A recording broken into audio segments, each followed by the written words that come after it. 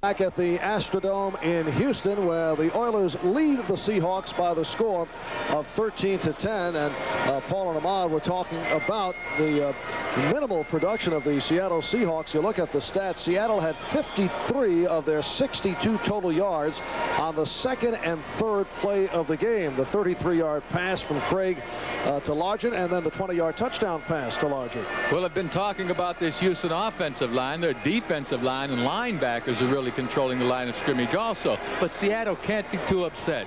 You know, they've only given up the field goals. They're still in the game. They're only behind by 3, and they've played probably the worst football they could play. So I know Chuck Knox at halftime's got to say, hey, look, guys, you're playing like dogs out there right now, but you're only 3 points down. So, hey, let's get back on our game, and we'll be able to take these guys. And they need production from John L. Williams. He's carried the ball 3 times for 2 yards. They're featured back for the first time this year with the absence of Kurt Warner, and he's the guy in the spotlight. Well, and Burst, too, the fullback, the young rookie, number 34. This is his first start. I'm sure the nerves were bothering him, and he's not getting the blocking. But again, the offensive line, those are the guys that have to control the game. The games are still won and lost in the trenches.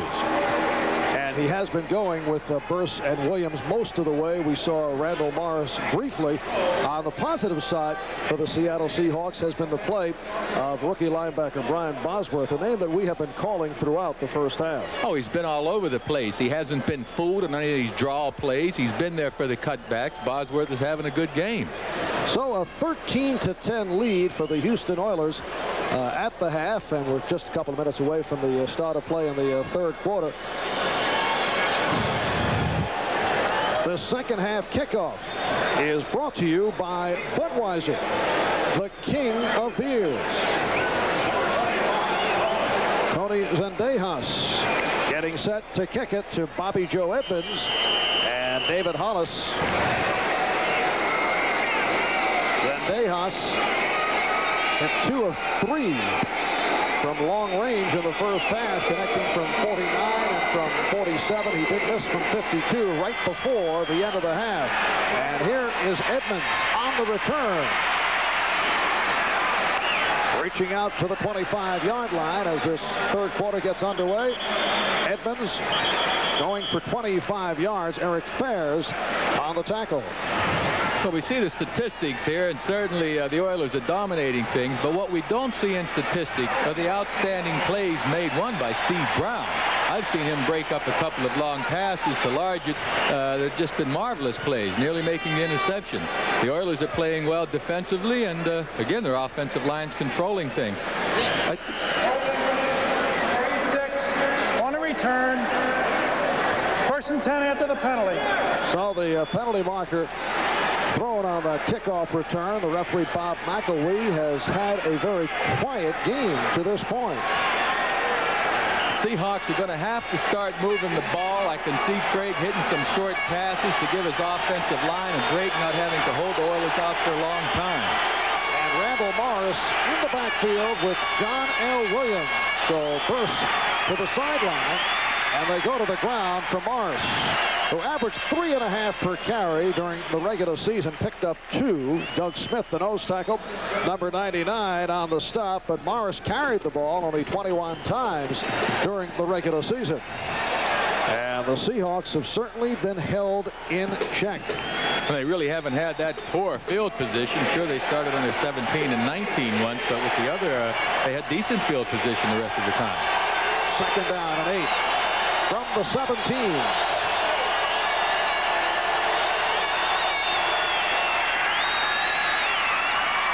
Craig completes, but a short advance. Williams on the catch, but the left corner, Steve Brown, was right there. Well, like I say, the Seahawks would like to give their offensive time a better feel for this deal, you know, throw the quick passes, but the Oilers are just doing a good job defensively. And the Seattle Seahawks on 3rd down have attempted 4 plays. Needed about 9.5 per play, which means they have really been in a rough situation all day long, but they pick it up right here. Ray Butler with the first down and some more. Audrey McMillan, the extra defensive back, on the stop, a 27-yard advance. And Seattle with a first down from their 44. Well, Craig gets a little time here. He still throws the quick pass. Gets it inside to Butler, who got inside of Patrick, the defensive back. And here you see him again, Patrick Allen trying to make the play. He just gets outrun by Butler. Butler coming off a strong season with that catch. First down from the 44. And Craig had it knocked down. He still can't get that rascal. Big Doug Smith in his third year out of Auburn. You'll see him right there in the middle of the screen over the ball.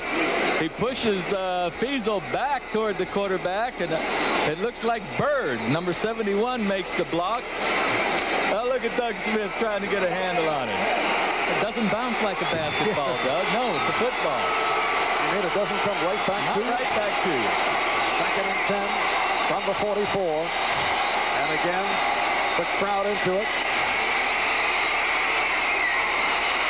That is short of the first down. Paul Scanzi with his first reception of the day, picked up 7. And John Grimsley, the inside linebacker, combining with strong safety Keith Bostic on the tackle. It'll be a third down and 4. 12.5 remaining in this third quarter. There is Scanzi, fifth-year player from the University of Washington. Earlier this week, it was thought he'd be out with a shoulder problem.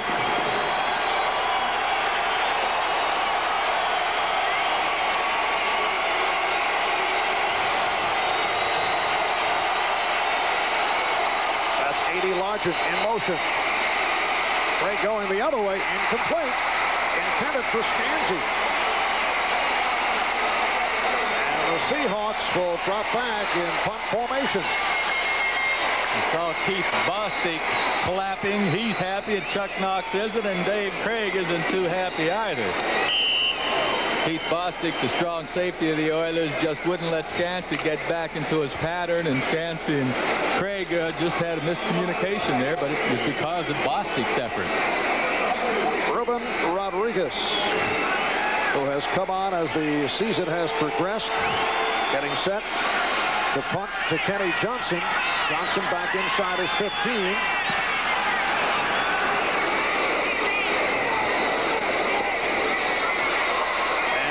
Down inside the 5. Rodriguez has put 17 punts inside the opponent's 20, among the leaders in that department in the AFC, and did the job right here off a 46-yard punt.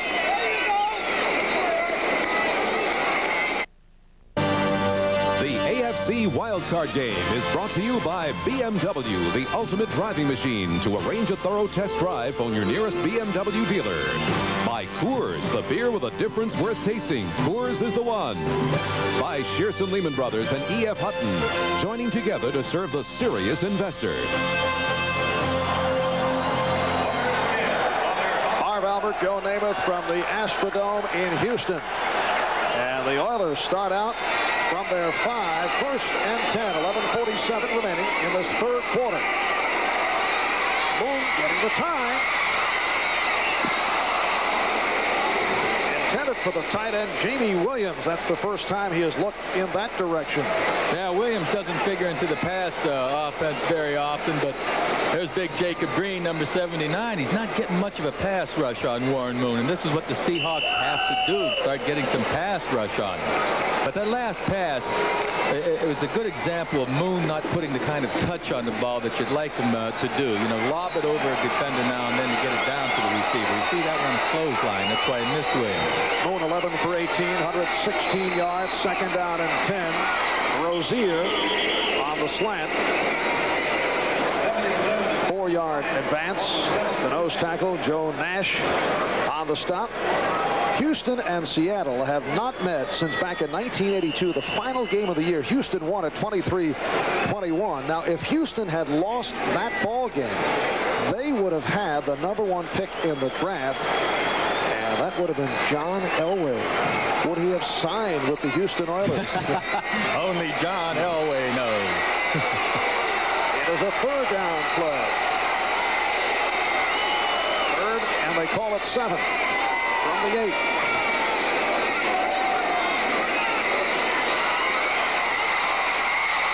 And Moon, avoiding the rush, overthrows Willie Drury. The intended receiver, a 3-year man from West Virginia, goes only 5'7". 41, Eugene Robinson on the coverage of Drury. There's Freddie Robinson, 41, but what an excellent job the Oilers offensive line and backs did that time picking up a blitz. Kenny Easley came from the middle and Bosworth from the other side. Still gave Moon the time to get the ball downfield, and had Moon been a little more accurate, that it had the big gainer. Bobby Joe Edmonds dropping back in punt formation.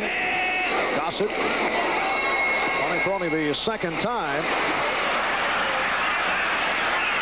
Edmonds from midfield. He had a 54-yard return off that first Gossett punt. This one goes 44 yards, 13-yard return, and we will take a break. Baker, Houston's all-time sack leader, the only member of the Oilers who was with the squad the last time they were in the playoffs. Back in 1980, they were beaten by the Raiders 27-7 in the AFC wild card game. In the old AFL days, Houston won the American Football League championship those first 2 years, 1960 and 1961. But it's been a long time between playoff games. 10.5 to go, third quarter. Houston 13, Seattle 10. And the Seahawks with good field position. First down from the Houston 39. Play action. Craig with time. A great fake and able to complete. Al Smith made the stop off the 6-yard pickup. Randall Morris coming out of the backfield. On the reception, it'll be a second down and 4. So Chuck Knox is staying with Morris and Williams after he started the rookie from Middle Tennessee, Tony Burse. Butler is to the right, and Largent left. Second and 4, and it's Williams who saw daylight for the first time and has a first down. Free safety, Jeff Donaldson on the stop. John L. Williams ripping off 10 yards. First-round draft pick out of Florida last year. John L. going for 10.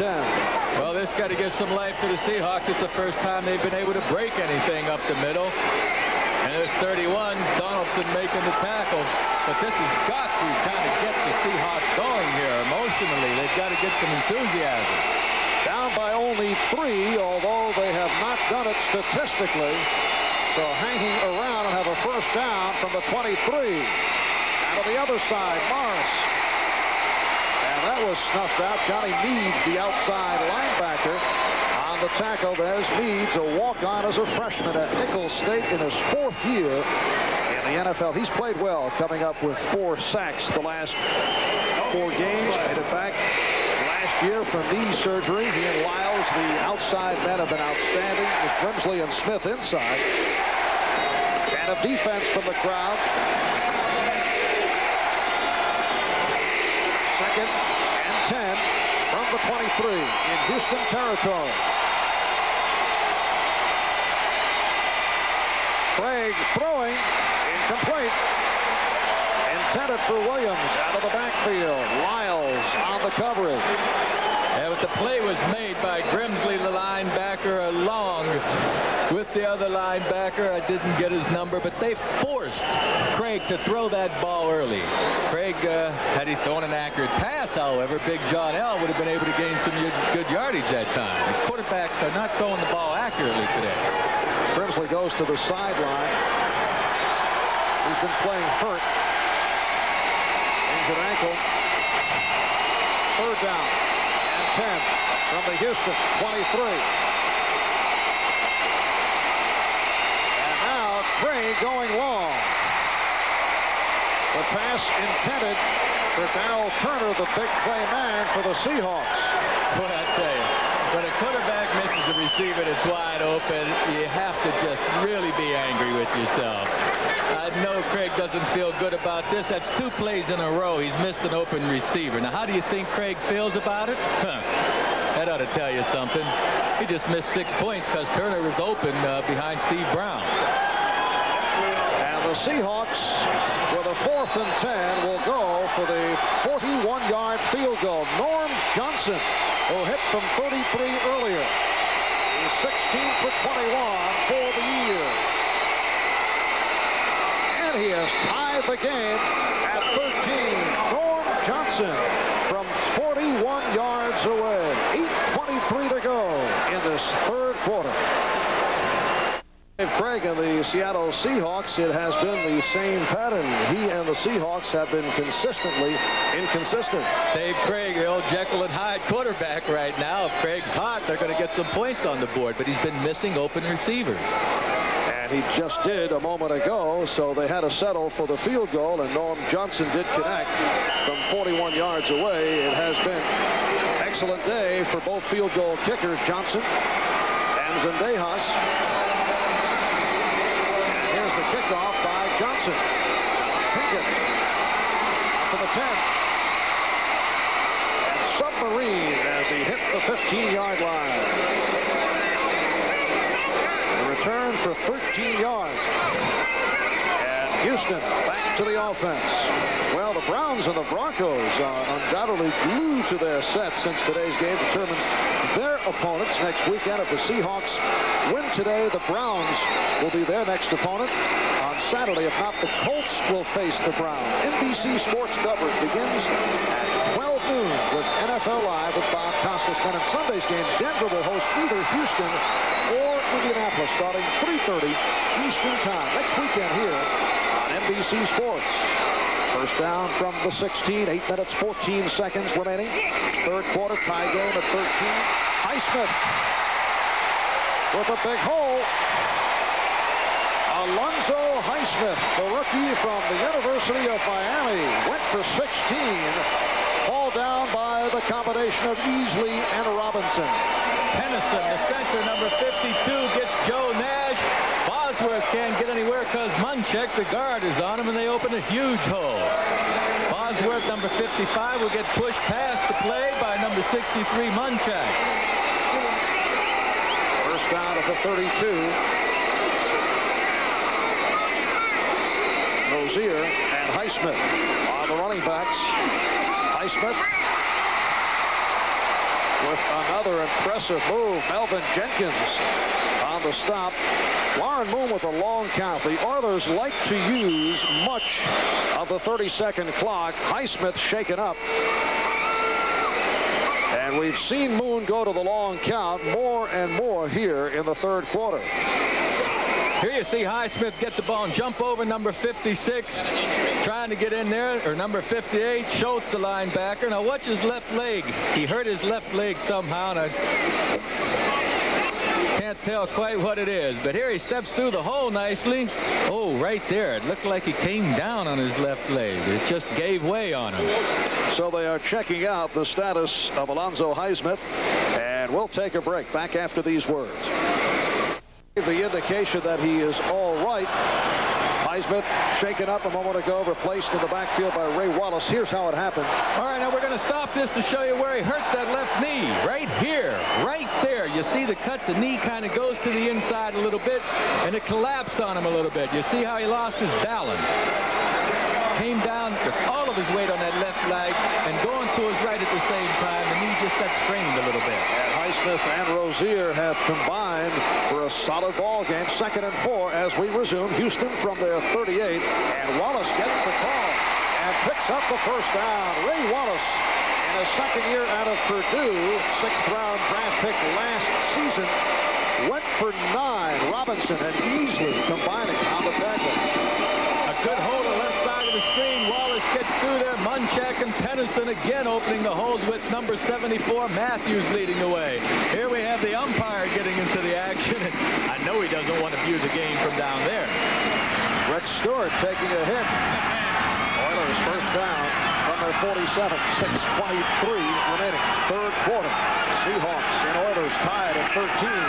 Rozier coming back the other way. Well, he got away with that once on the touchdown run, but Eugene Robinson stayed right with him, and the end result, a loss of 8 yards. Right here, we pause briefly for station identification. This is the NBC Television Network.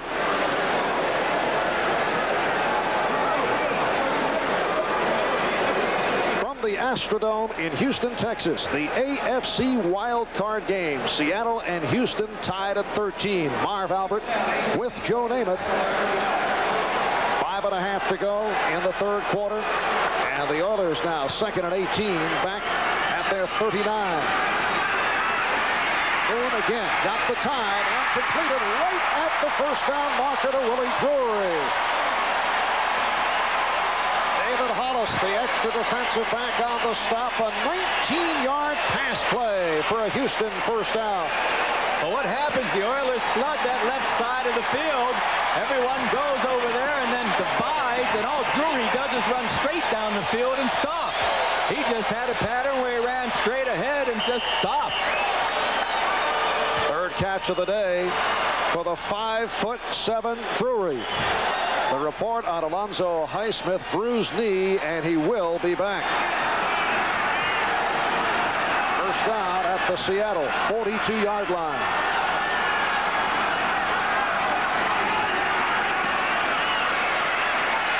And again the completion, this time Ernest Givens for a Houston first down. 17 yards on the play, and Warren Moon looking sharp. Ernest Givens is hurt. Oh, he took a hard hit there from Jenkins, the cornerback. A good clean hit. Givens just goes downfield, breaks inside of Jenkins. The thing that makes the play is the pass protection. But you'll see Jenkins come into your view from the left side and really rock him here, kind of bend him out of shape a little bit. It's remarkable that he can hold on to the football that long. Givens with his 5th catch of the game.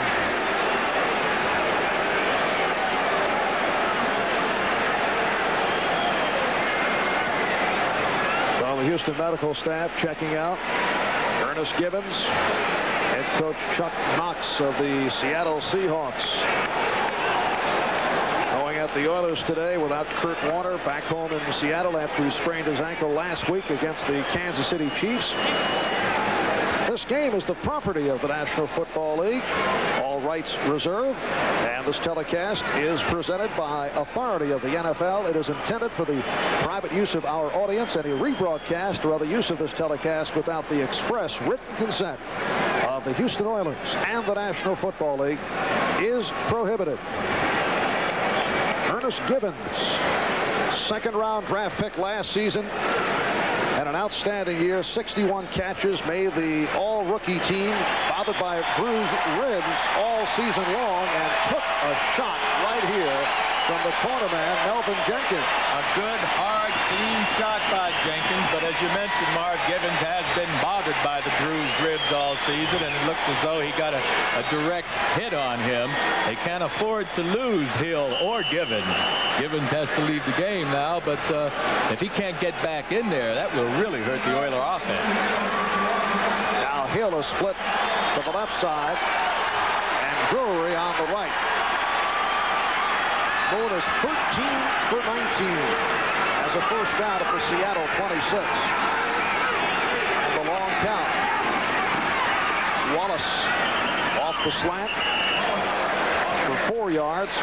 Ray Wallace replacing Alonzo Highsmith a couple of plays back. Tackle made by Jeff Bryant. And here's Highsmith checking back in for the 2nd and 7 down at the Seattle 23. Highsmith hurt his knee following that 16-yard run. Alonzo Highsmith, who last week ran for 61 yards against Cincinnati, and as you just saw, having another outstanding day. 3:15 left, third quarter. Look at the time, and then Moon is hit from behind. Did not see Jeff Bryant coming from his left. So So the second sack of the day for the Seahawks. Number 77, Jeff Bryant, gets by Munchak. Number 63, here at the top of the screen, you see him with a nice reverse pivot and getting inside. I don't know how Moon was able to hold on to that ball. That was a terrific job by Moon, not fumbling. Lost 6 on the play. Jeff Bryant had 4 sacks during the regular season. He had a big playoff game against the Raiders back in the 83 AFC Championship game, recovering 2 fumbles. Bryant with the sack, so it's a 3rd and 14 at the Seattle 29. Low snap. And Moon going end zone. Touchdown. Willie Drury.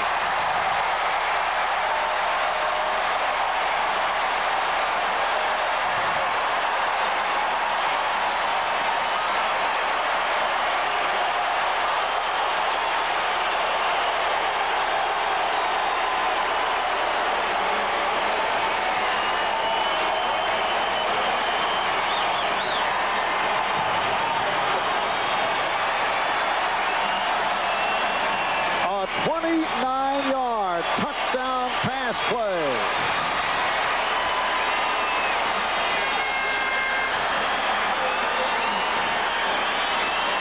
And the Houston Oilers take a 19-13 lead. Zendejas makes it 20-13.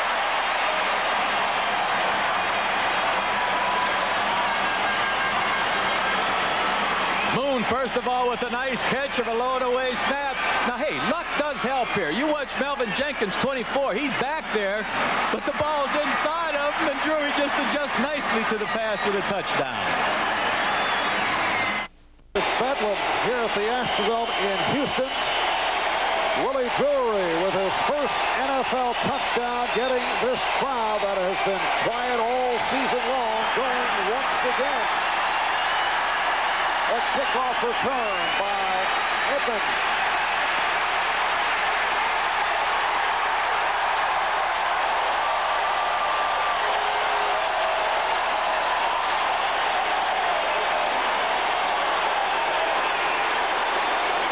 Bo Eason on the stop of Bobby Joe Edmonds. How does a man react when he catches his first NFL touchdown?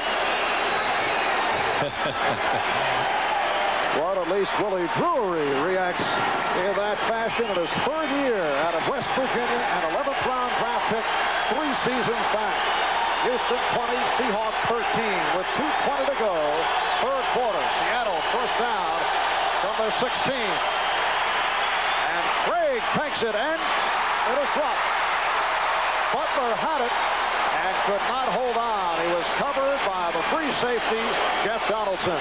Well, I don't know whether Butler heard footsteps or not that time. He certainly beat Patrick Allen to the inside. He'll just come down, fake a little streak pattern, and break inside to the middle of the field. Now, he sees Donaldson coming. He saw him whenever he made the break.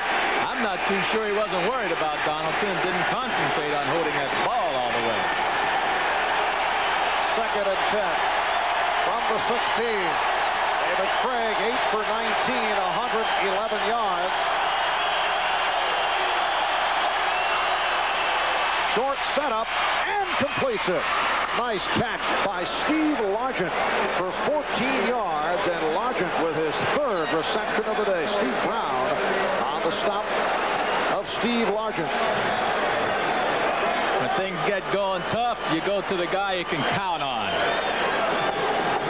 Sets up, gets the ball in there in good shape, but big Bruce, or Doug Smith, kind of puts him down to the AstroTurf. Oh, boy, hit his head on the AstroTurf. Out of defense. Seahawks first down from their 30. Minute 39 left, 3rd quarter. And Houston leads by 7. And it's to the ground for John L. Williams. Doug Smith on the tackle. Williams went for 5 yards on the play. And another injury. Doug Smith, the nose tackle. Well, Smith made the tackle. He's number 99 right in the middle of your screen. You'll see him fall back over here and reach out, and that's where he hurts his hand, I guess. But had he not made that play, it would have been about 3 or 4 more yards gained. A timeout is taken. We'll be back here in Houston in a moment. Charles Martin, the starter at Green Bay, and has been getting the time with the Oilers because of Doug Smith being hampered by injuries throughout the season. Houston Oilers have certainly owned the ball right throughout. That opening drive by Seattle was their major thrust, although they have hung on.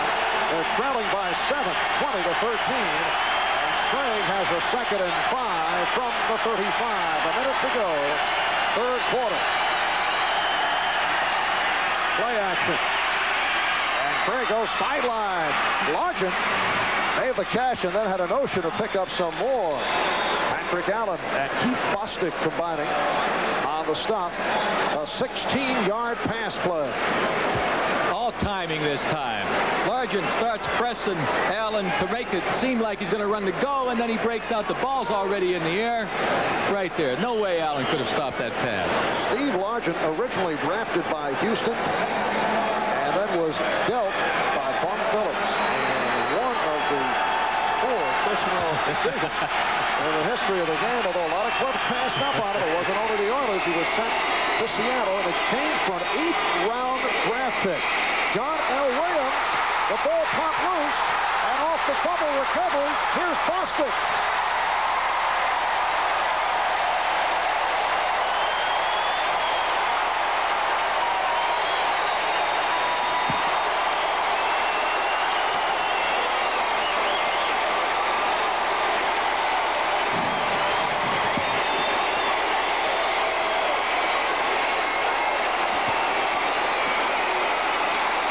Here we see it from the reverse angle. John L. Williams leaps over the defensive line, gets some yardage, but number 31 comes into the picture. The ball was loose before Donaldson hit him.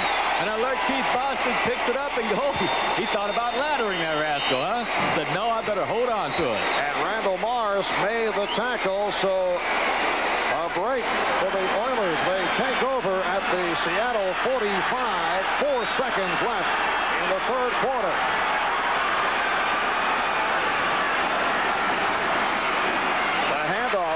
To Pinkett as time runs out in the 3rd, but a flag has been thrown.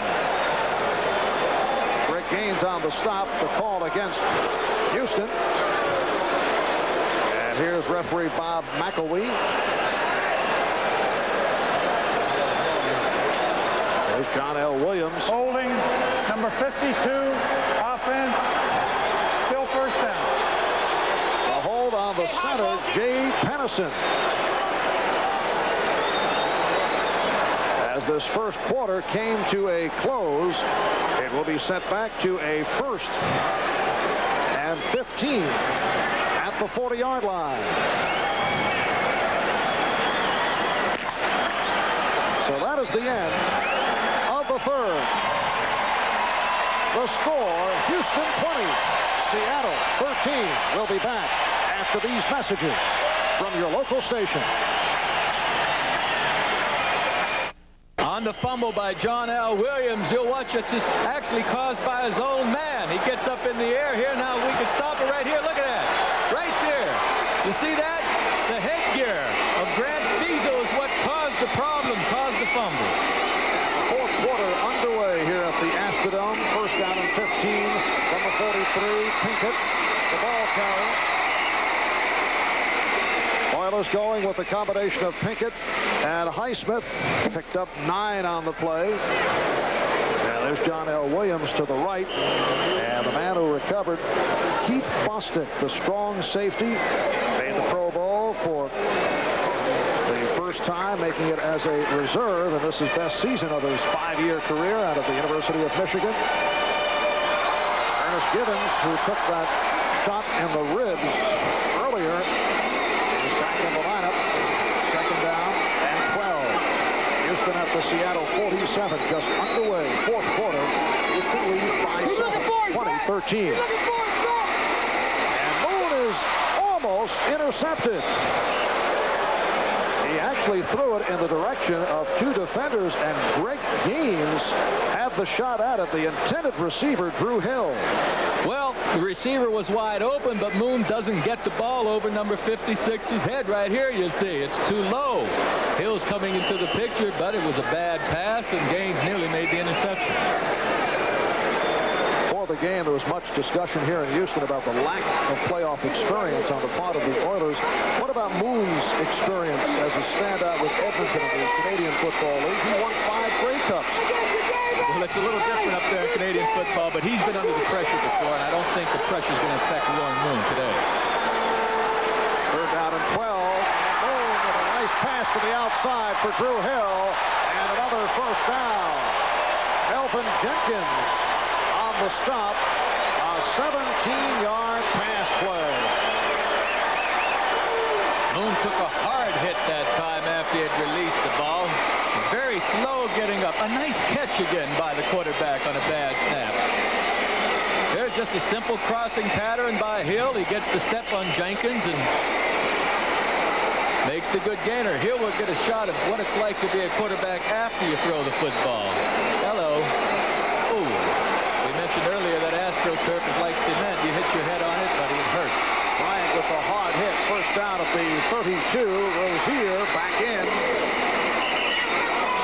One for the short pickup. Brian Bosworth, the inside linebacker, on the stop. The play had been blown dead.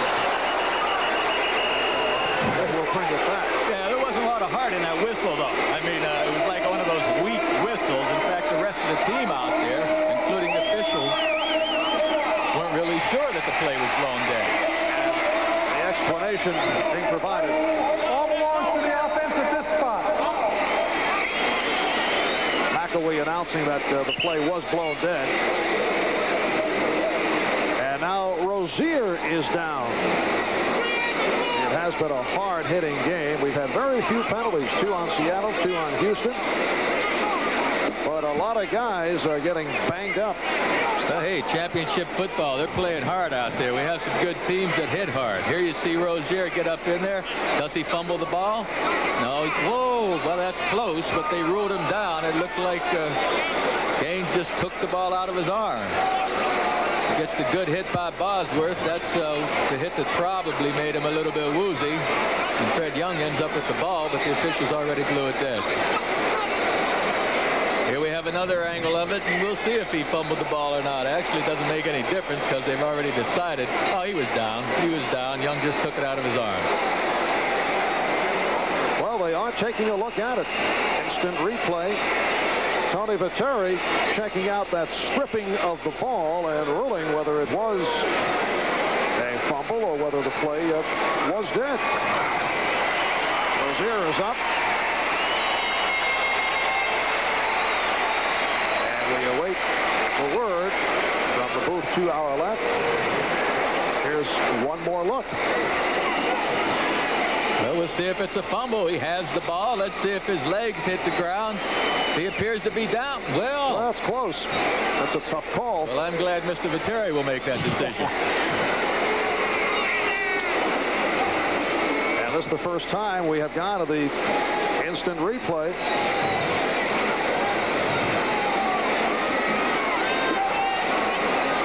The philosophy to reverse an on-field decision only when the replay official has indisputable visual evidence that would warrant a change. I see something strange right now on the field. Both offenses are out there. We don't have a defensive team on the field. The Seahawks are out there, and the Oilers are still out there. That is similar to after a fight in the sport of boxing, and it's a close decision, and both boxers raise their hands in victory. So both coaches going with the offense on the field. Of course, Houston will keep its offense out there. And McElwee got the word from the replay official, Tony Viteri. Chuck Knox does not appear to be pleased.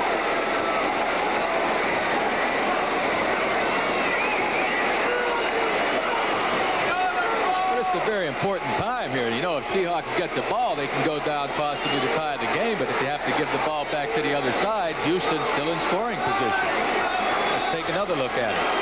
from the end zone camera.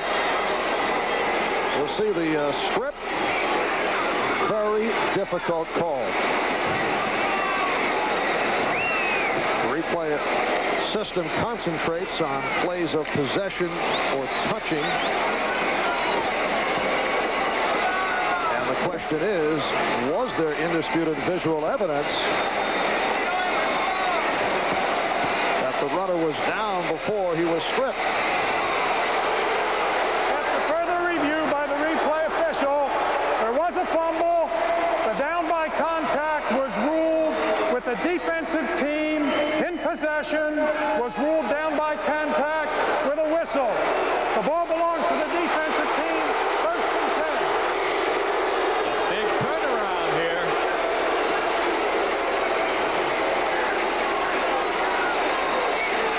So the Seahawks take over off the instant replay call.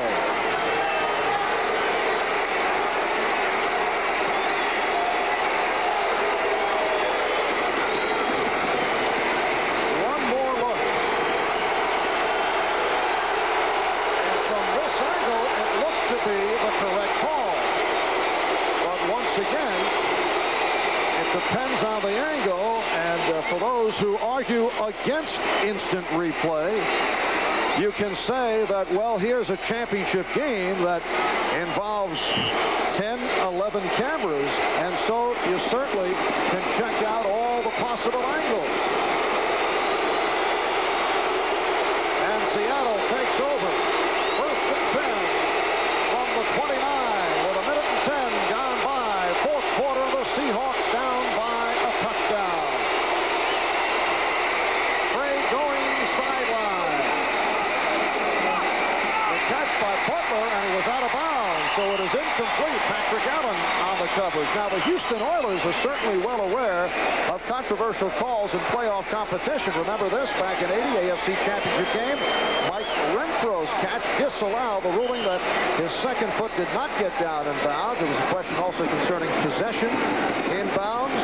Houston did convert a field goal to close within 17-13, but lost to Pittsburgh, and the Steelers went on to win Super Bowl 14. At the time, no instant replay.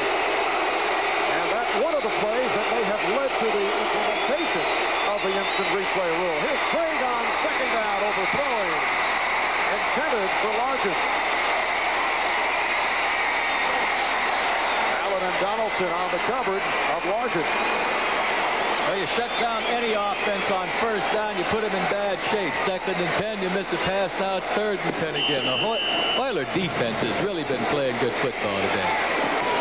Craig, if he can get hot, has the open receivers from time to time. It just hasn't been getting the ball to him. Largent was open the last time. Butler was open on the 1st down. Craig 15 for 26. 196 yards, 1 touchdown, intercepted once. 3rd and 10. And he goes up top and deep and broken up. The pass intended for Darrell Turner, and Patrick Allen broke it up. There's Allen in his 4th year out of Utah State. Man who grew up in Seattle, a graduate of Garfield High School in Seattle. Beautiful pass. He should catch this ball. Look at this. It's right in his bread basket. Dave Craig couldn't do any better than that. He put the ball right on target. Didn't make the catch. Look at this ball right through his stomach. And the Seahawks in punt formation.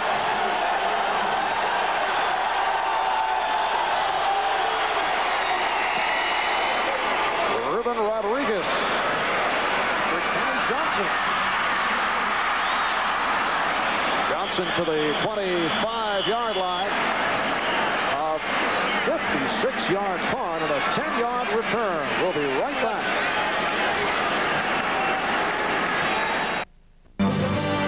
AFC Wildcard Game is brought to you by Bud Light, proud sponsor of the 1988 U.S. Olympic team. Everything else is just a light. By the heartbeat of America, today's Chevrolet. And by Alamo Rent-A-Car. There are over 4 million miles of roads in America, and with Alamo, all the miles are free. Marv Albert, Joe Namath before a sellout crowd at the Astrodome in Houston. The Oilers leading the Seahawks 20-13, 13:22 to go, fourth quarter. If Seattle wins, they'll play at Cleveland next Saturday in the AFC divisional playoff. If Houston wins, they'll be at Denver next Sunday. And the Oilers take over first down at their 26-yard line. Alan Pinkett for 5 gains on the stop.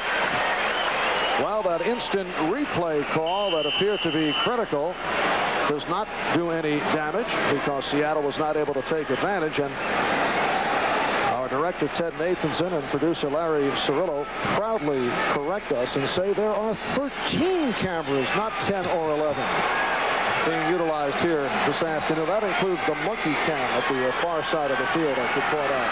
2nd and 5 from the 31, and Moon is cut off, stopped at the line by the free safety Eugene Robinson.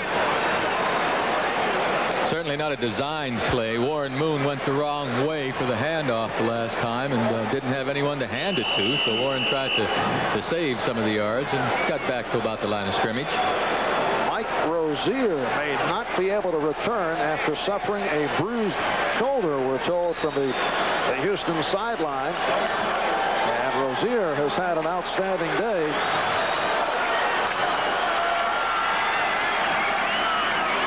Third down and 7. And Moon took a shot. Willie Drury was the intended receiver. And the punting unit comes on. Jeff Gossett dropping back to his 15-yard line, and he will punt to Bobby Joe Edmonds.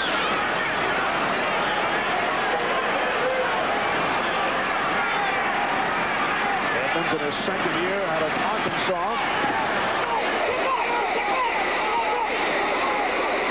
Let this one drop around the 45-yard line, and Gossett hears it from the crowd. Only a 26-yard punt. So the poor punt by Gossett, and Seattle will go to the offense. Seattle Seahawks starting out from their 45-yard line, so a good opportunity, but to this point, quarterback Dave Craig has not done it. Well, he hasn't done it, but, you know, they've had some drop balls out there. Craig hasn't been consistently accurate today, but if the guys come up with the catches like Turner missed the last time, Houston's back in this ball game.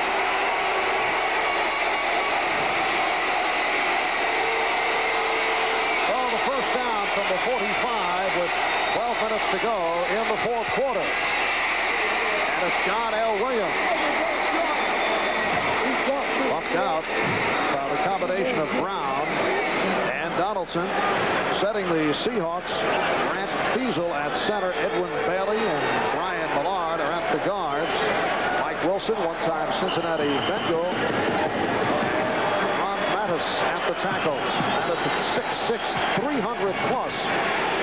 Seahawks got on the board early on a 20-yard touchdown from Craig to Largent, and Houston took over, and they lead at 20-13. And a defense from the crowd, 2nd down and 5, and Randall Morris hit for the loss by Robert Lyles. Lyles, the outside linebacker, all over Morris. Well, they say he's not big enough, he's not fast enough, nor strong enough. But Lyles at 6'1" and 223 pounds finds a way to get in there and make the play. This is Coach Glanville's favorite guy out there because of his lack of size and because of the tremendous effort he puts out in every play. 4 years out of TCU, and he's doing it by working hard. There's a 3rd and 9 off that 4-yard loss. At the Seattle 46.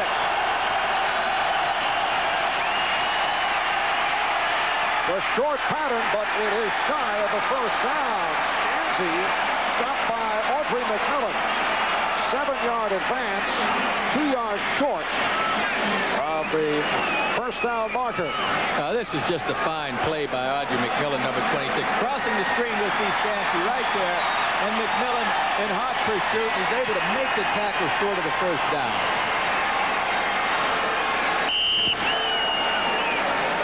And again, the Seahawks drop back to punt formation on this 4th down and 2. Ruben Rodriguez, the 6'2" rookie from Arizona, will punt for a 6th time. It's Kenny Johnson backbeat at his 10.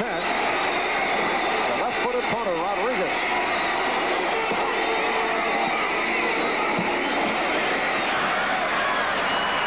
And Johnson let it fly.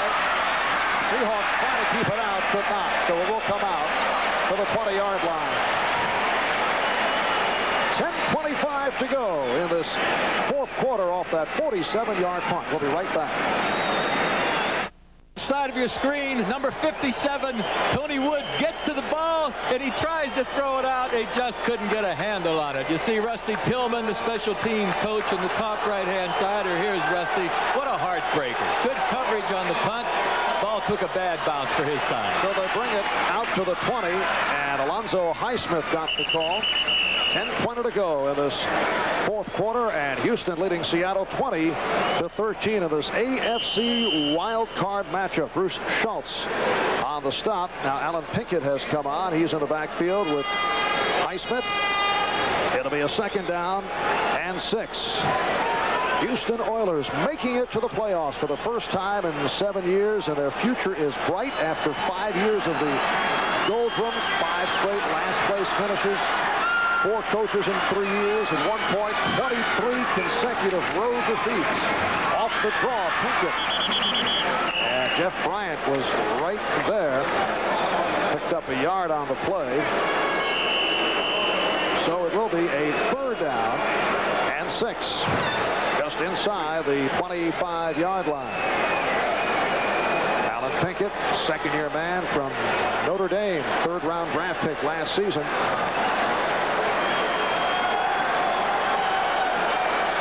Houston Oilers averaging close to 8 yards per carry against a Seattle club that is 26th against the run.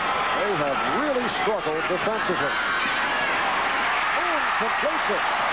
He went to the 4 wideouts and able to complete to Gibbons for an 11-yard gain and a 1st down. Robinson and Jenkins on the tackle.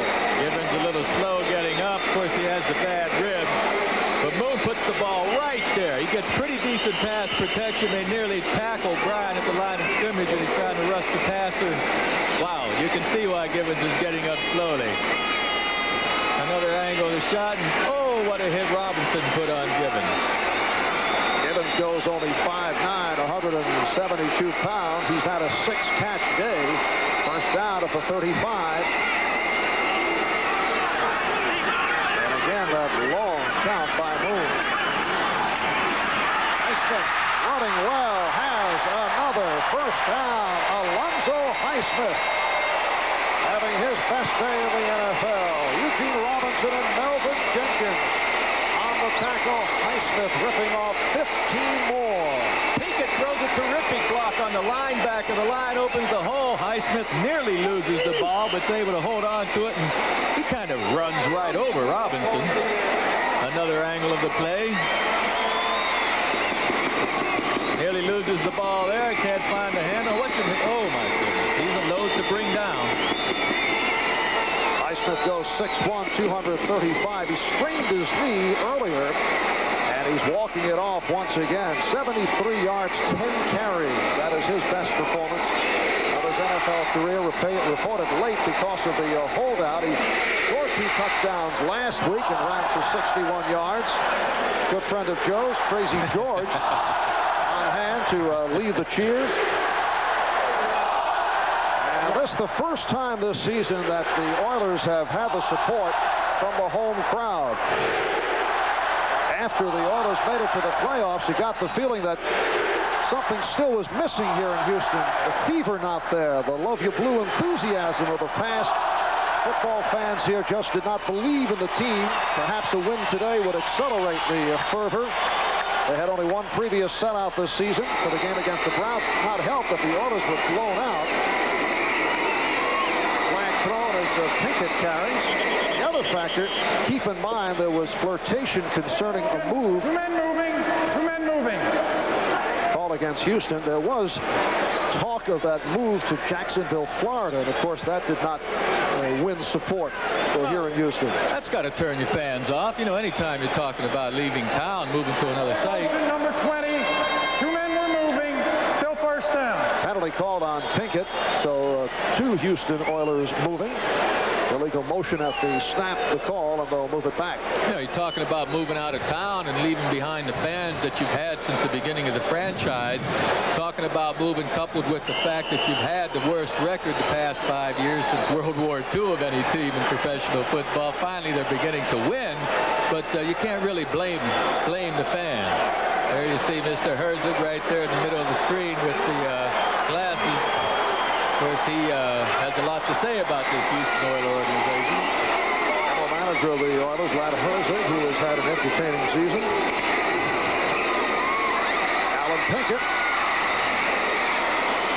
And he picked up 5 on the play. Schultz and Gaines on the stop. And the Oilers are using that clock. They have the 7-point lead. They lead it by the score of 20-13. And we're down to 6 minutes and 40 seconds remaining in this 4th quarter. And the gentleman with the gray sweater and the blue hat is Tom Catlin, the defensive coordinator for the Seahawks. He's sending in signals to Brian Bosworth, trying to figure out how they can stop the Oilers right now to get the ball back for the Seahawks to get back into it. 2nd and 10 from midfield. Pinkett in motion. And it's Highsmith. Short gain, picked up 3. Bryant on the stop. So a 3rd down play coming up.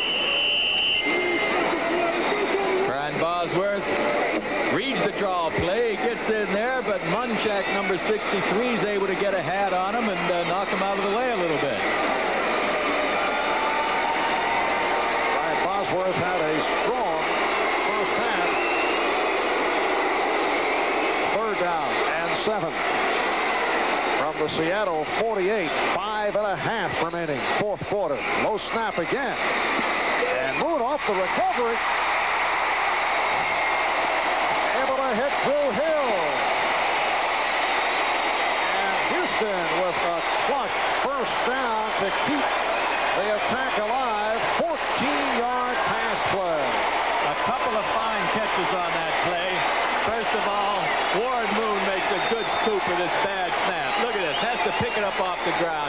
Then he gets the ball out here to Givens.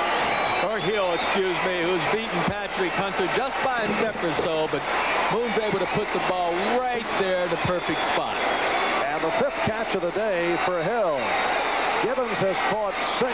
Hill has caught 5. Drury has caught 3, including the touchdown. First down at the Seattle 38. 81 Givens in motion.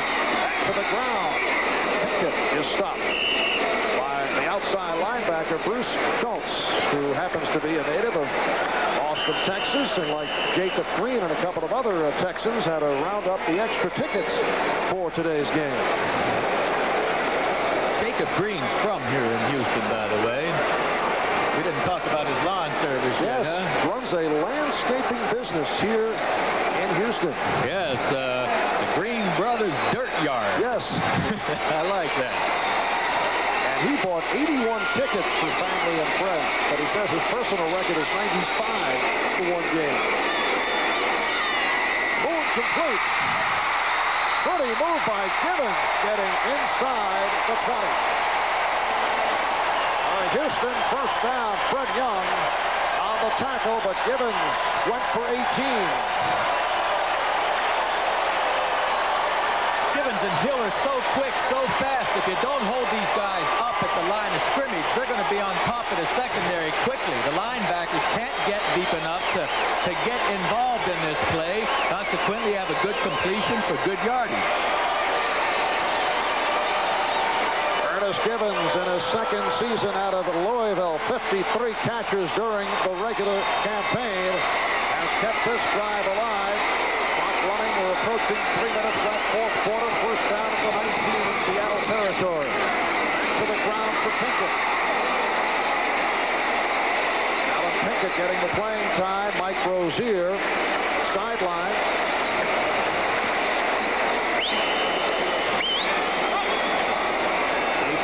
3 on the play. It'll be a 2nd and 7 at the 16. Now, this is a time I would go conservative. I know Coach Glanville at the beginning of the game said he didn't want to be conservative. Here with a 7-point lead, you're milking the clock, chance to put 3 on the board and a 10-point lead. Don't throw another pass right now. 2.5 left, 4th quarter. Highsmith, the second back going through. But a flag down. Offside against Seattle.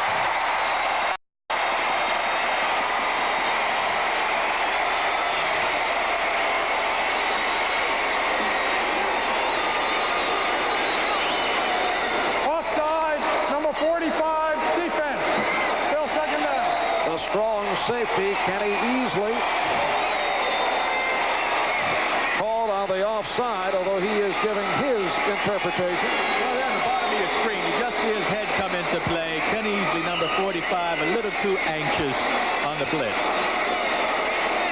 And Houston will have a 2nd and 1 at the 10. That is only the 3rd penalty called on Seattle. Houston with 2.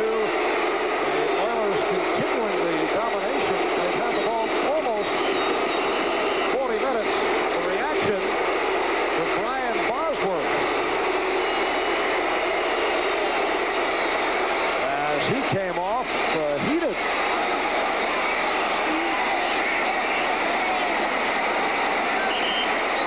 Oilers are running it down to 2 minutes remaining in regulation. Both teams do have 3 timeouts remaining. This is why Bosworth had to leave the field. The officials did not like his equipment. You have to have the proper attire out there. Not the haircut, just the proper attire. And his jersey was ripped. His pads were coming through. And the official said, hey, go get your uniform fixed. And Warren Moon talking it over with head coach Gary Glanville.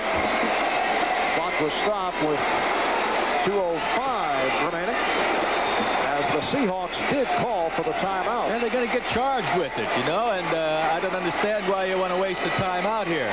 I'll tell you why he wasted the timeout. First of all, Houston's just going to run the ball the next play and go down to the 2-minute warning. I think they just got excited and carried away and got called the timeout. It was a bad mistake calling the timeout.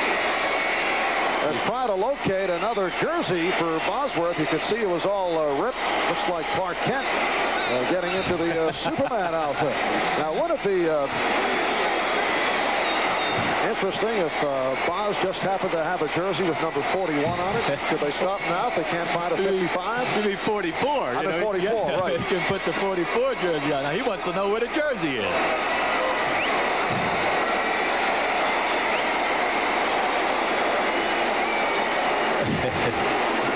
No Boz country, huh? Well, not today, it hasn't been. All right, another number for Brian Bosworth, number 52. They already have one of those number 52s on the roster, Mr. M.L. Johnson. I guess they just couldn't find another 55. Set to resume. 2:05 remaining. 4th quarter. Houston 2nd and 1 from the Seattle 10. They lead the Seahawks 20-13. And Alan Pinkett stopped by Sam Merriman and lost a yard on the play. Now we get the 2-minute warning.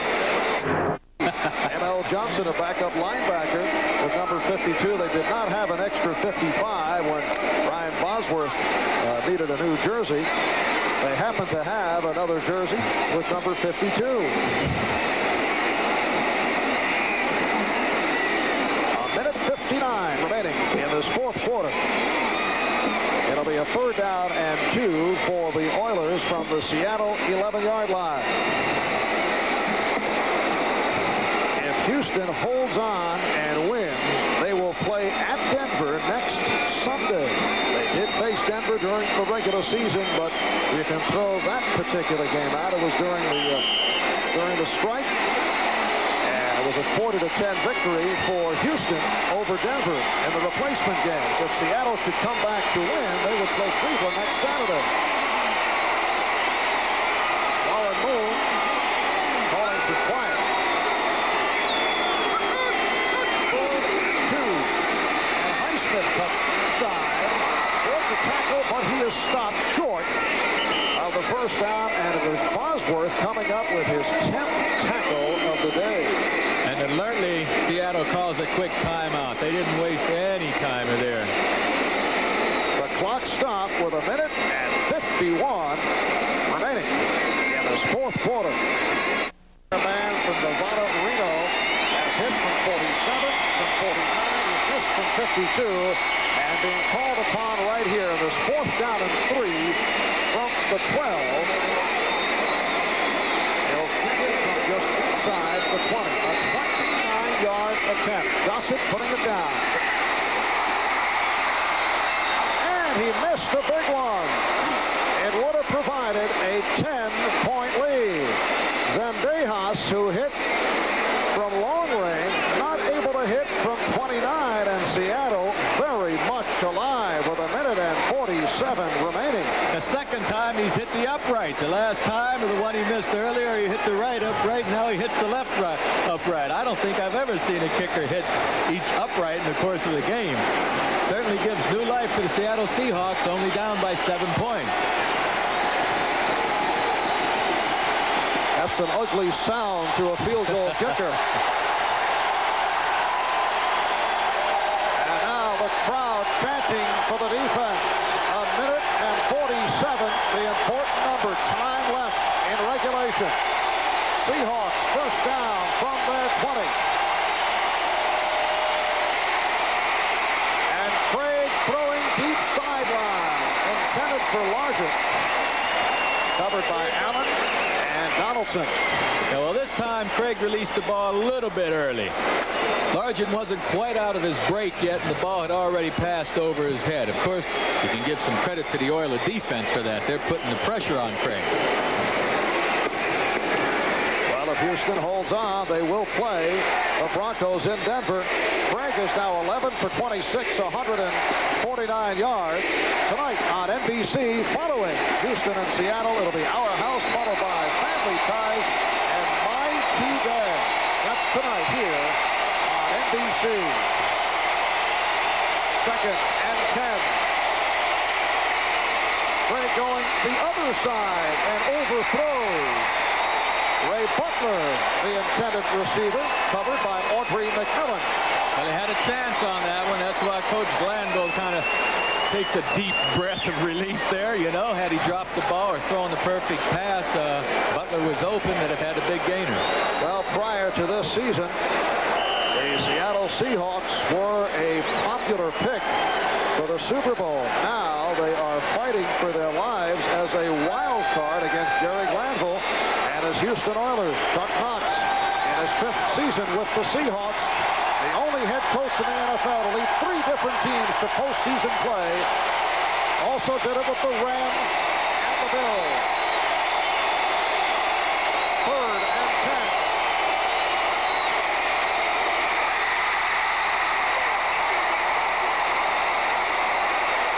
Tremendous pressure by the Houston defense. And the 4th down play coming up with 1:32 remaining in this 4th quarter. Well, even if the receivers had dropped the passes that they or caught the passes that they dropped, the statistics would still be bad for Dave Craig today. But you have to credit that Houston defense for putting the pressure on and making some outstanding plays in pass coverage. In particular, the work on Steve Largent, who caught too early and has caught only 1 since the opening minutes. 3 catches for Largent, as Craig on 4th down has the season on the line for the Seahawks. And completes close to the first down. Largent right at the marker. Stopped by Keith Bostic, and he did pick it up. So Largent with his 4th catch and a clutch pass and reception. Seahawks maintain possession. First down at their 30. The clock is running.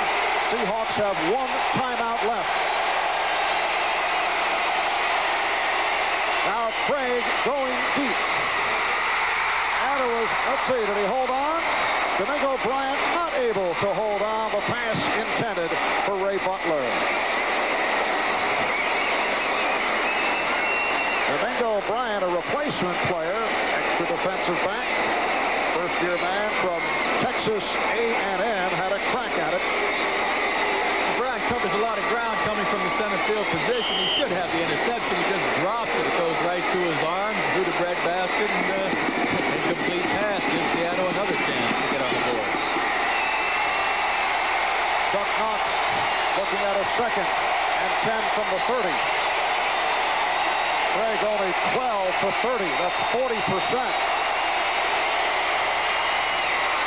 And has Largent in the open. So Largent gets out of bounds to stop the clock. A 25-yard play. Donaldson on the coverage. 48 seconds remaining in the 4th quarter. Largent putting one of his good moves down. Fakes inside, gets back outside, and wisely gets the yardage and out of bounds, too, to stop the clock. Seahawks with 1 timeout left here, Mar, but they still have 48 seconds. Plenty of time to get a touchdown. They need 7 to tie the game. First down at the Houston 44. Craig took a pounding. And that's why that pass went short. He was belted. He got belted, and Largent got knocked to the ground by Steve Brown, and we didn't have a receiver in the area. What's Steve Brown, 24, and Largent, number 80. Largent trying to get back outside, and he's pushed to the ground smartly by Brown. No flag, so it's a good play. 2nd and 10 for the Seahawks from the Houston 44. 43 seconds remaining in regulation. Oilers revving up the crowd.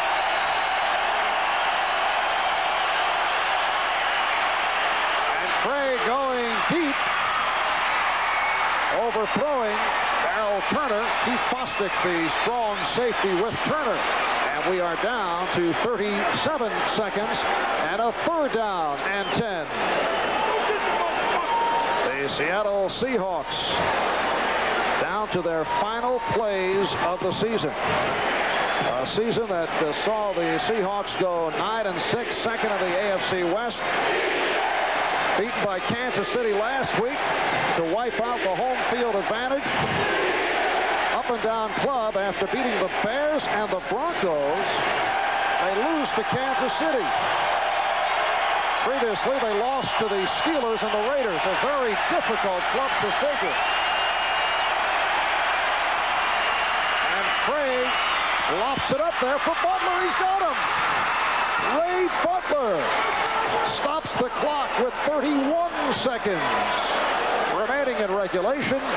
Butler makes the catch, although covered by McMillan and Bryant, and he went 32 yards, so it's a 1st down for Seattle at the Houston 12.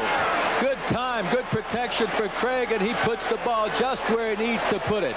I'm impressed with the number of plays that the Seahawks have been able to run. You think Craig's not happy this time, huh? They finally hit one of those long bombs. They've avoided throwing the ball over the middle, so they haven't wasted any time on the clock. That's why they have 31 seconds up there. Smart play selection by the Seahawks. And this, the 10th play of the drive. 31 seconds left in regulation. Seahawks have 1 timeout remaining. Craig getting the time, end zone, touchdown! Steve Largent on a 12-yard pass play, a dramatic drive by the Seahawks to move within 1 point, and it will come down to the extra point attempt by Norm Johnson, who has been perfect this season.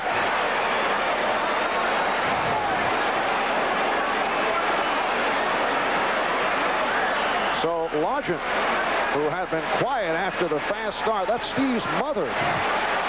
Steve Largent, a one-time Houston Oiler, with his 7th catch of the day for 132 yards. And here is Johnson with 26 seconds remaining. And he has it. The game is tied at 20. And Zendejas, you'll recall, missed the field goal that would have given the Oilers a 10-point lead. He missed from 29 yards away moments ago.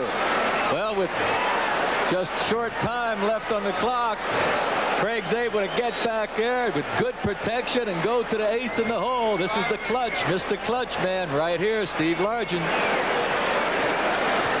The big catch of the drive was colored by Ray Butler, a 31-yard pass play that got the Seahawks downfield and to the 12-yard line. Let us backtrack. The missed field goal by Zendejas, who has been playing ping pong with the upright. He missed from 52, hitting the upright right at the end of the first half, and that the 29-yard miss. And this on a day that saw Tony Zendejas hit from 47 and from 49. And here is the reaction of quarterback Dave Craig after connecting with Steve Largent. But I'll tell you, if momentum has anything to do, and we do go into an overtime, Seattle's got it. Not only the momentum, but the playoff experience as well. And so much for those stats concerning time of possession. Norm Johnson will kick it off. Big man is Alan Pinkett. Now check that Willie Drury back deep.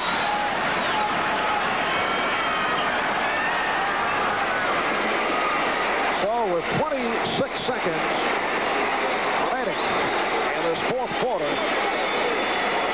the Houston Oilers will start out from their 20-yard line. And we just received word from the sideline that Brian Bosworth is in fact now wearing number 55. You know, I'd have to give it at least one shot right now if I were the Oilers quarterback or coaches. They have 26 seconds left on the board, but they have 3 timeouts too. If they can get one pass completion here, they can possibly get in position. So I would call a pass play, but I would be very careful not to turn it over. They're going to run the clock out. So Jerry Glanville, one who does gamble, will not hear, and hears it from the crowd. Does not want to take a chance of a fumble or an interception, looking at it from his point of view, that could lead to a field goal opportunity for the Seahawks to win it in regulation, and he will just run it out. Well, I can't hardly blame him, though. You know, his defense has played well all day long. With the exception of this last drive, they've controlled the game. So he figures we'll take a chance on the coin flip, let our defense go to work, and we'll see what happens in overtime. But you would have tried one play. I would have had to go for one play at least anyway. All right, so we go to overtime. The Houston Oilers and the Seattle Seahawks tied at 20 in this AFC wild card game at the end of regulation. And they will toss the coin for the overtime.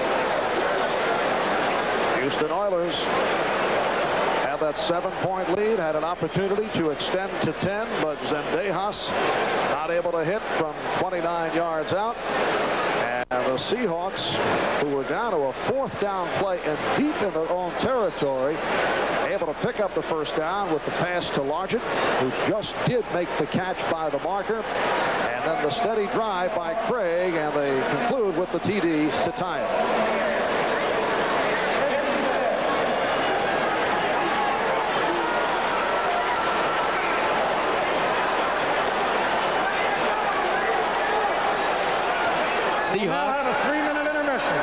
Seahawks have the ball, Mark, plus they have the momentum right now.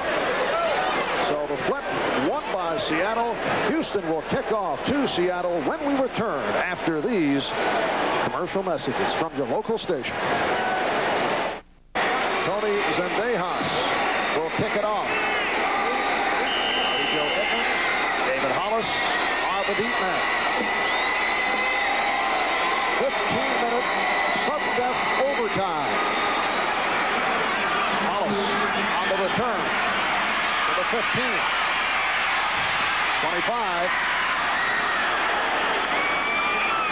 And the The Seahawks coming off that last pressure drive to the offense. Ira Valentine on the stop of Hollis. And Dave Craig, who had some shaky moments, able to rescue things with that last drive. That's right, and again, they have the momentum. I'm curious to see if Houston can regroup. They were so excited they thought they had the game. They had all the wind knocked out of them with that last touchdown. Can Houston regroup?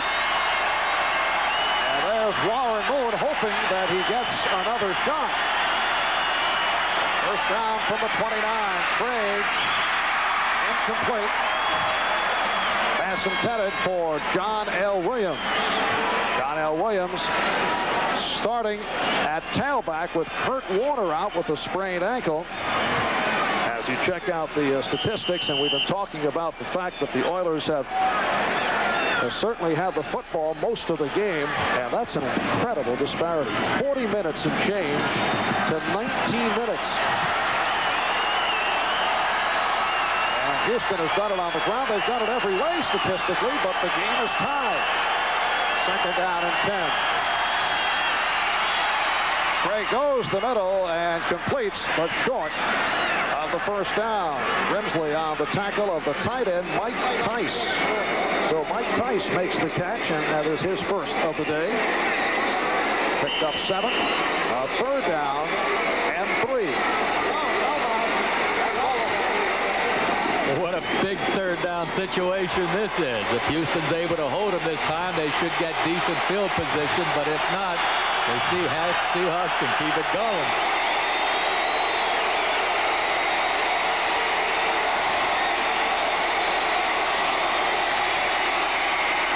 Craig had it deflected and almost picked off.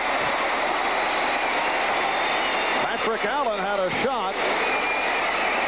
Ray Butler, the intended receiver, and Seattle will drop back into punt formation, and Houston will get the ball back. This is the first playoff overtime game since last season, January 11th. Denver beat Cleveland in OT. You may recall the Cleveland Browns knocking off the Jets in a couple of overtimes back on the 3rd of January last season. Eddie Johnson is back deep. Low snap fielded by Ruben Rodriguez, and gets off a good one. Johnson behind his 20. He is hemmed in, and he is hauled down. Good coverage off a terrific punt. A 48-yard punt by Rodriguez, who has had a splendid day. Tice leading the assault. Houston will start up from their 15 as we check back on the scoring. Largent on the 20-yard pass play set up by a 33-yard pass, and Dejas hit from 47 yards away. Rozier with that beautiful run to take it over. Houston 13-7 lead on the Zendejas field goal. And Johnson hit from 33 for Seattle. Johnson again from 41. Drury with the 29-yard reception. And then Largent with only 26 seconds remaining. But the big plays, and Dejas missing in the final minutes. He's missed 2 field goal attempts. Here's Moon over the middle for Highsmith. Battles his way close to the first down marker. Bosworth on the stop, and Highsmith is hurt again. He did pick up the first down. Highsmith has been banged around pretty good here this afternoon. Yeah, well, he hurt that left knee earlier. They said it was bruised or sprained or whatever, but I saw him grab at it just a minute ago, and looks like he's in a lot of pain. Mike Rozier sidelined by injury earlier, and Highsmith has been the featured back for the Houston Oilers. Alonzo Highsmith.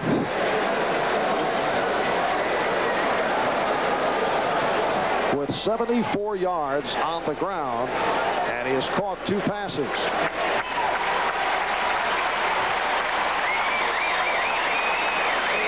First down from the 26, and again Highsmith appears to be all right.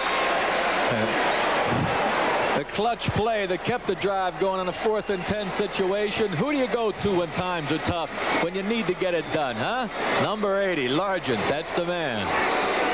Largent picking up the first down, and it was Largent who caught the touchdown, and he had been quiet since the opening minutes when he caught that 20-yard touchdown pass.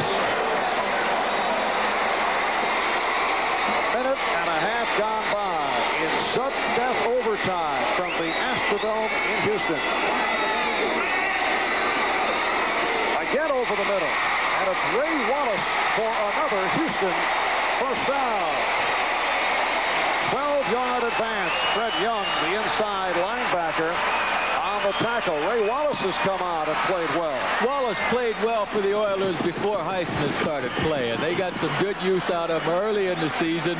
But I mean, hey, it's not like he's a rookie. This is his second year, and he's been in there plugging hard. He's a little disappointed that he lost his job to Highsmith, but you can count on Wallace. He's good. He's averaged 5.5 yards per carry. First down at the 37. Deflected. And let's see if it was a clean intercept or did it take a hop. If it was picked off, Seattle will take possession in excellent field condition. Fred Young on the interception. But wait a minute. Here we'll take a look at it and see if we can pick it up on the camera. The ball's deflected at the line right there by number 77, Bryant. Young goes for it. Hey, it looked like an interception to me. Another angle. Decide for yourself. He got his hands underneath it.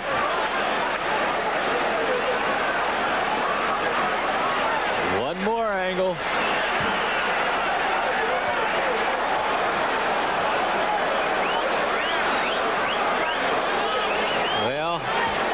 If it has to be inconclusive, it's going to be a tough decision to make. And they are checking it out. Second look by the instant replay official, Tony Viteri. The earlier play went in favor of the Seahawks.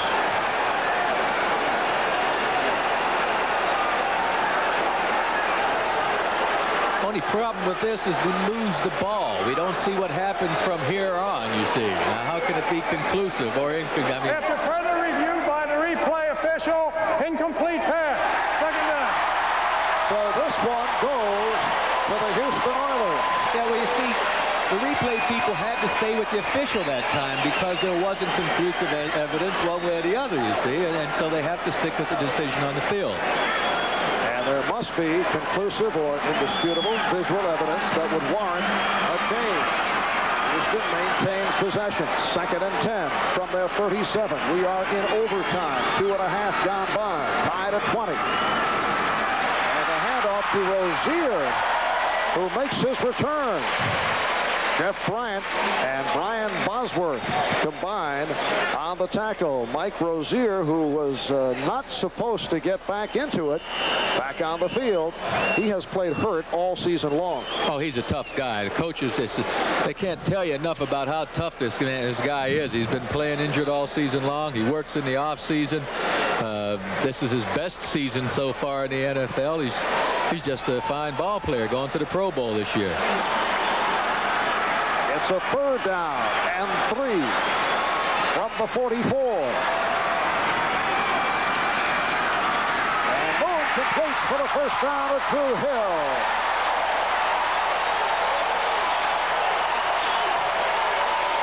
Hill with his 6th catch of the day. Patrick Hunter on the stop.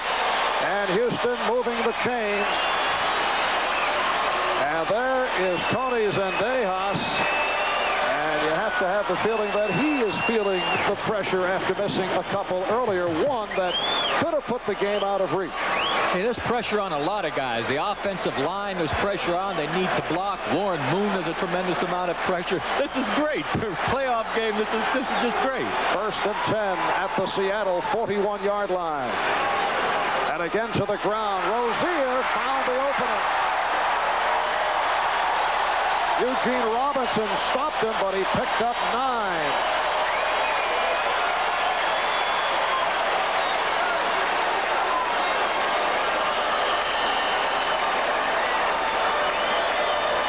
Rozier has gone 56 yards, 17 carries, 2nd and 1 at the Seattle 31. The season on the line for the Oilers and the Seahawks, tied at 20 in this AFC wild card matchup.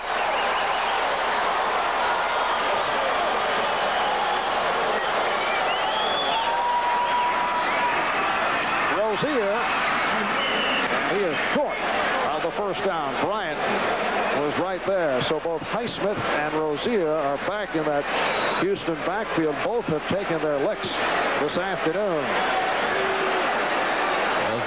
Zendejas doesn't appear to be too nervous, but I promise you, there's some giant butterflies going around in that boy's tummy.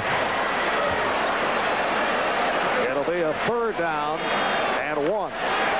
From the 32, 8th play of the drive that began at the 15. Well, they're calling for the yardsticks.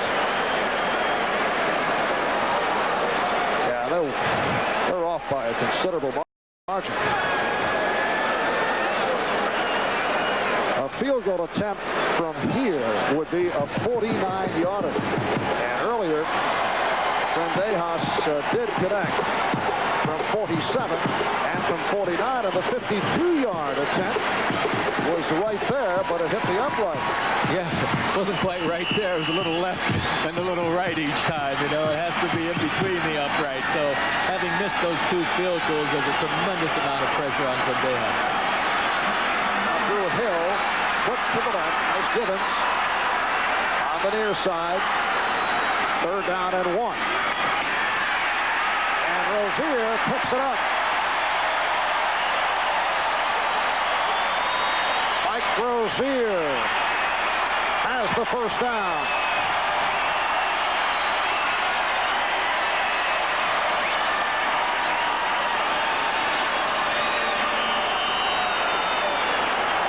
.9:50 remaining. Sudden death overtime. Game is tied at 20. Very clever. Very nice. You have to stay on the ground now. You have to stay on the ground, move it a little closer on the ground, but don't take a chance in getting a tipped ball at the line of scrimmage or an interception from here in. It's in Zendejas' hands. 87 is the tight end, Jamie Williams. It's Rozier. Finding the opening. Getting inside the 25. 7-yard gain. Kenny Easley on the stop.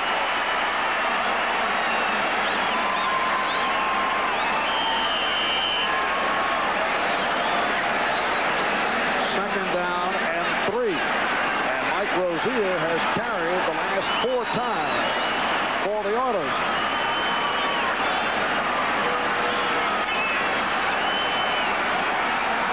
Oilers to the line, led by center Jay Pennison. Highsmith and Rozier in the backfield. Look out, penalty marker throw. 58, Bruce False start, 74 offense. Was brought forward by the right guard, Bruce Matthews. So the penalty called on Matthews.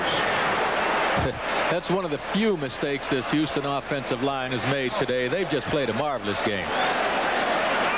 And one of the few penalties called today against the Oilers. A very low penalty game, which has contributed to the sharpness that we've seen here throughout. 7 in all. Houston now 2nd and 8 from the Seattle 28. Tony Zendejas waiting in the wings. 8:20 to go in overtime. 10th play of the drive. Alan Pinkett tried to cut inside and was stopped. A 2-yard gain. So Pinkett getting the call after it was all Mike Rozier. And Fred Young, the inside linebacker, along with Greg Gaines, closed it up.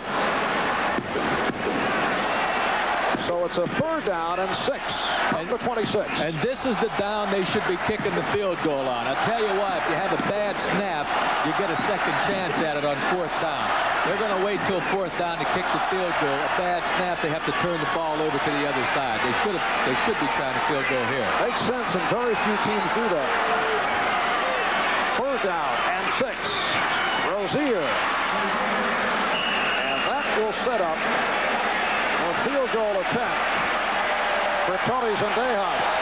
Jacob Green stopping Rozier. Tony Zendejas, 2 out of 4. He hit from 47 and from 49, missed from 52 and from 29. And this one will be from 42 yards out. Zendejas has had a splendid year. Regular season, 20 out of 26. He's done it from long range. He's done it from short range. And a timeout has been called. So when we come back, it will be all Tony Zendejas. Back at the Dome in Houston, Marv Albert with Joe Namath. This AFC wild card game tied at 27 minutes left in sudden death. And Tony Zendejas attempting the game winner from 42 yards away. It is all over.